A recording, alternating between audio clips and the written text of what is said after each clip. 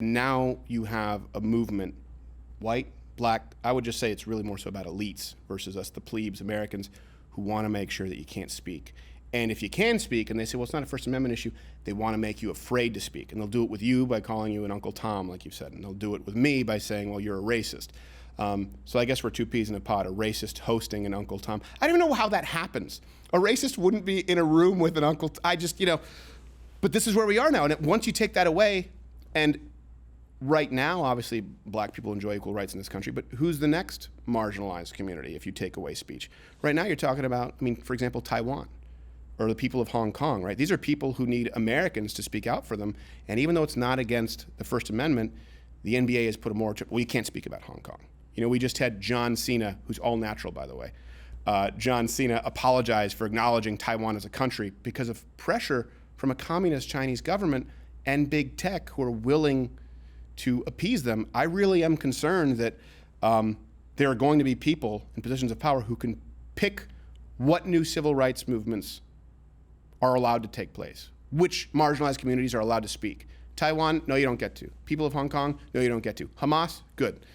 Get in the car.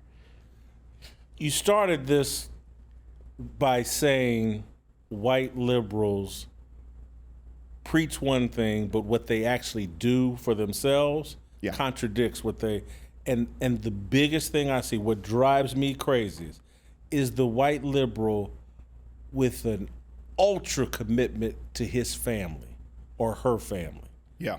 And they're basically telling black people, family doesn't matter to you. We got a government check. Ignore that 75, 80% of your kids are being born into a single parent home. Ignore all that. We got a government program that's gonna fix that. Head Start is gonna fix the fact that there's no daddy in the home.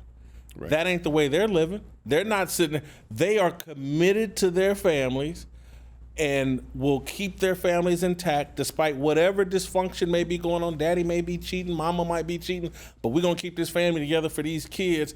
They have the commitment to their family. And if there is no family structure, trust me, you're not going to grow roses from that. You're not going to grow success from that. And so it's like they're sentencing us, black people, to a dysfunctional family that can't produce properly functioning, supportive neighborhoods, communities, nations, anything.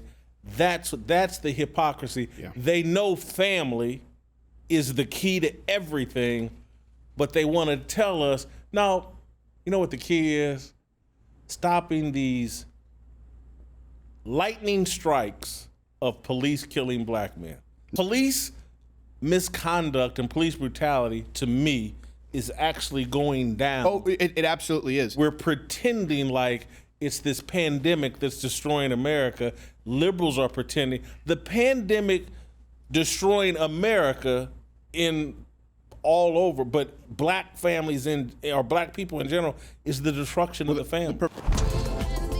Watch Louder with Crowder live, Monday through Thursday, 10 a.m. Eastern.